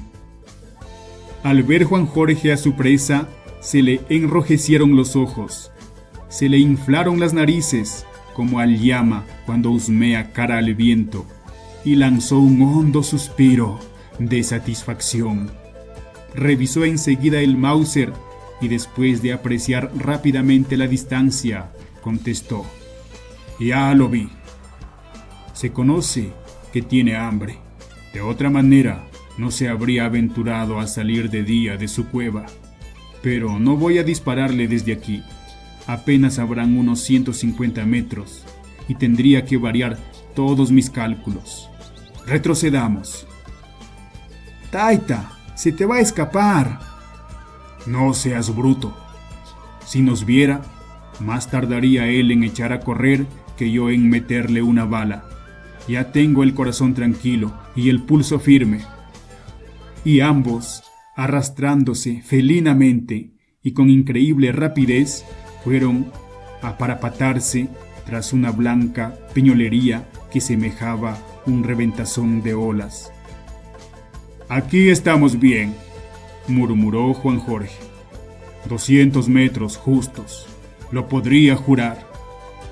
Y, después de quitar el seguro y levantar el librillo, se tendió con toda la corrección de un tirador de ejército que se prepara a disputar un campeonato, al mismo tiempo que musitaba: atención, viejito. Esta en la mano derecha, para que no vuelva a disparar más. ¿Te parece bien? Sí, Taita, pero no olvides que son 10 tiros los que tienes que ponerle. No vayas a matarlo todavía. Sonó un disparo y la carabina voló por el aire y el indio Crispín dio un rugido y un salto tigresco, sacudiendo furiosamente la diestra. Enseguida miró a todas partes, como queriendo descubrir de dónde había partido el disparo. Recogió con la otra mano el arma y echó a correr en dirección a unas peñas.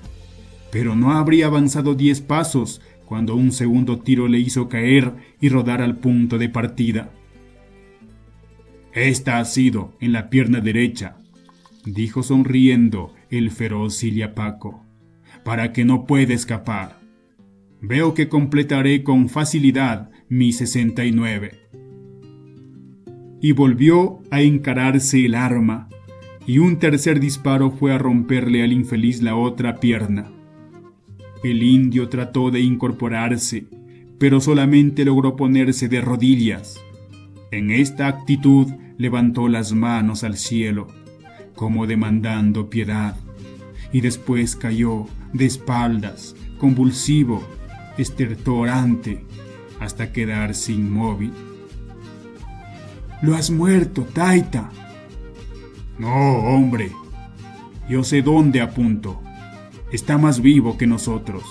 Se hace el muerto por ver si lo dejamos allí o cometemos la tontería de ir a verlo para aprovecharse él del momento y meternos una puñalada. Así me engañó una vez José Iliatopa y casi me vacía el vientre. Esperemos que se mueva. Y Juan Jorge encendió un cigarro y se puso a fumar, observando con interés las espirales del humo. ¿Te fijas, viejo? El humo sube derecho. Buena suerte. Va a verte, Crispín, Taita, no fumes. No importa. Ya está, al habla con mi Mauser. El herido, que al parecer había simulado la muerte, juzgando tal vez que había transcurrido ya el tiempo suficiente para que el asesino lo hubiera abandonado, o quizás por no poder ya soportar los dolores que seguramente estaba padeciendo, se volteó y comenzó a arrastrarse en dirección a una cueva que distaría unos 50 pasos. Juan volvió a sonreír y volvió a apuntar, diciendo: «A la mano izquierda».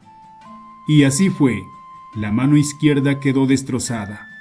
El indio, descubierto en su juego, aterrorizado por la certeza y ferocidad con que le iban hiriendo, convencido de que su victimador no podía ser otro que el Iliapaco de Pampamarca, ante cuyo Mauser no había salvación posible, lo arriesgó todo y comenzó a pedir socorro a grandes voces y a maldecir a su asesino. Pero Juan Jorge, que había estado siguiendo con el fusil encarado todos los movimientos del indio, aprovechando del momento en que éste quedara de perfil, disparó el quinto tiro, no sin haber dicho antes: «Para que calles». El indio cayó inmediatamente, como por ensalmo, llevándose a la boca las manos semimutiladas y sangrientas. El tiro le había destrozado la mandíbula inferior, y así fue hiriéndole el terrible Iliapaco en otras partes del cuerpo, hasta que la 10ª bala, penetrándole por el oído, le destrozó el cráneo. Había tardado 1 hora en este satánico ejercicio, 1 hora de horror, de ferocidad siniestra, de refinamiento inquisitorial, que el viejo Tucto saboreó con fruición y que fue para Juan Jorge la hazaña más grande de su vida de campeón de la muerte. Enseguida descendieron ambos hasta donde yacía destrozado por 10 balas, como un andrajo humano, el infeliz Crispín. Tucto le volvió boca arriba de un puntapié, desenvainó su cuchillo y diestramente le sacó los ojos. «Estos», dijo, guardando los ojos en un walkie, «para que no me persigan. Y esta», dándole una feroz trastacada a la lengua, «para que no avise. Y para mí el corazón», añadió Juan Jorge. «Sácalo bien. Quiero comérmelo, porque es de un cholo muy valiente». Fin del cuento.